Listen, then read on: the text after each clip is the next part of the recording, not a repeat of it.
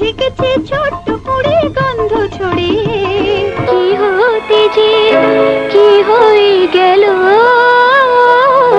কবরী নাম আগে, আগে কিন্তু কবরী রাজ্জাক হতো পুরনো ছবিগুলোতে। সে বললো কি না, আমার নাম আগে যেতে হবে, রাজ্জাক কবরী যেতে হবে।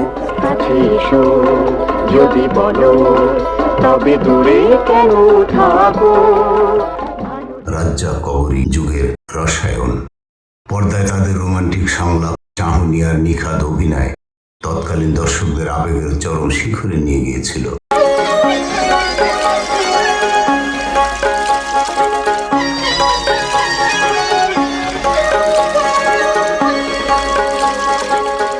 বাংলা চলচ্চিত্রের সোনালী যুগের কথা মনে করলেই যে দুটি মুখ আমাদের চোখের সামনে সবার আগে ভেসে ওঠে, তারা হলেন নায়ক রাজ রাজ্জাক এবং মিষ্টি মেয়ে কবরী।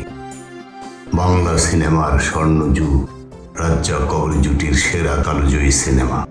রাজ্জাক কবরী বাংলা চলচ্চিত্রের ইতিহাসে এক অবিচ্ছেদ্য এবং চিরসবুজ জুটির নাম। রূপালী পর্দায় তাদের রসায়ন আবেদন তৎকালীন সময়ে এতটাই তীব্র ছিল যে দর্শক তাদের বাস্তব জীবনে জুটি হিসেবেও কল্পনা করতেন।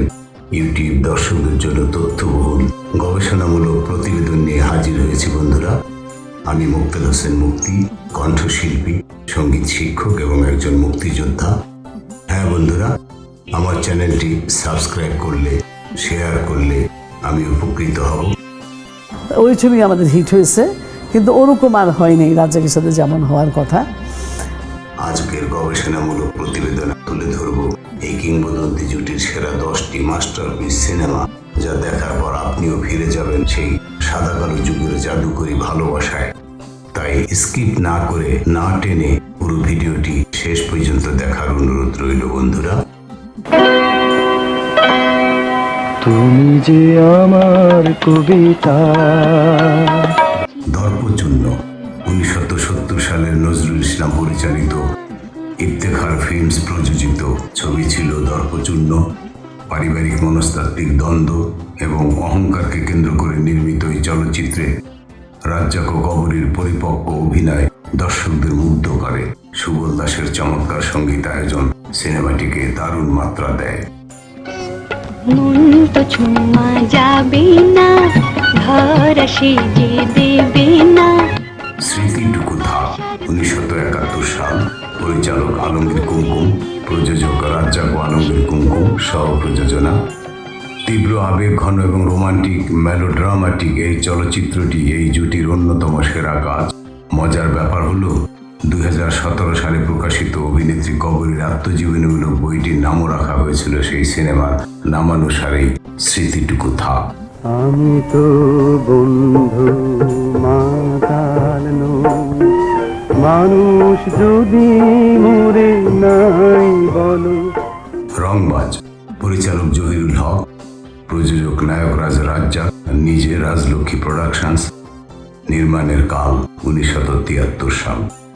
গবেষণামূলক তথ্য, ঢাকাই চলচ্চিত্রের ইতিহাসের মোড় ঘুরিয়ে দেওয়া সিনেমা এটি ঢালিউডের প্রথম পূর্ণাঙ্গ অ্যাকশনধর্মী সিনেমা হিসেবে স্বীকৃত, যেখানে রাজ্জাক তার রোমান্টিক ইমেজ ভেঙে রাজা নামের এক লড়াকু মাস্তানের চরিত্রে হাজির হন এবং বস্তির মেয়ে মালার চরিত্রে অভিনয় করেন কবরী। বেঈমান, 1974 সালের পরিচালক রুহুল আমিন এবং প্রযোজক মোহাম্মদ খসরু, নির্মাণের কাল 1974, কারো মতে 1973-এর শেষের দিকে কাজ শুরু হয়। রাজ্জাক কবরী জুটির অন্যতম ট্রাজিক এবং সুপারহিট ছবি। এর মেলোডিয়াস গানগুলো তখনকার তরুণ প্রজন্মের মুখে মুখে ঘুরত এবং এই সিনেমাটি রাজ্জাককে একজন জাত অভিনেতা হিসেবে অনন্য উচ্চতায় নিয়ে যায়। অধিকার 1970 সালে শুরু করা এবং 1975 সালে শেষ হওয়া। পরিচালক সৈয়দ শামসুল হক, প্রযোজক জুপিটার ফিল্মস, নির্মাণের সাল 1970। বিখ্যাত সাহিত্যিক ও সব্যসাচী লেখক সৈয়দ শামসুল হকের চিত্রনাট্য ও পরিচালনায় নির্মিত এই সিনেমাটিতে রাজ্জাক কবরী জুটির অভিনয় ছিল অত্যন্ত বাস্তবসম্মত ও শৈল্পিক। মধ্যবিত্ত সমাজের অধিকার ও দ্বন্দ্বের এক নিখুঁত দলিল ছিল এই চলচ্চিত্রটি। বন্ধুরা, গবেষণায় দেখা যায় 1968 থেকে 1970-এর দশকের মাঝামাঝি সময় পর্যন্ত রাজ্জাক কবরী জুটি প্রায় 30টির মতো চলচ্চিত্রে একসঙ্গে কাজ করেছেন।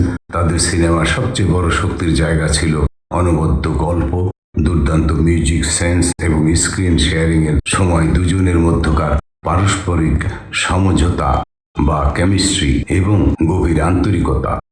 বিশেষ করে জহির রায়হান, সুভাষ দত্ত এবং নারায়ণ ঘোষ মিতার মতো কালোজয়ী নির্মাতারা এই জুটির ভেতরের অভিনয় প্রতিভাকে পুরোপুরি পর্দায় ফুটিয়ে তুলতে পেরেছিলেন।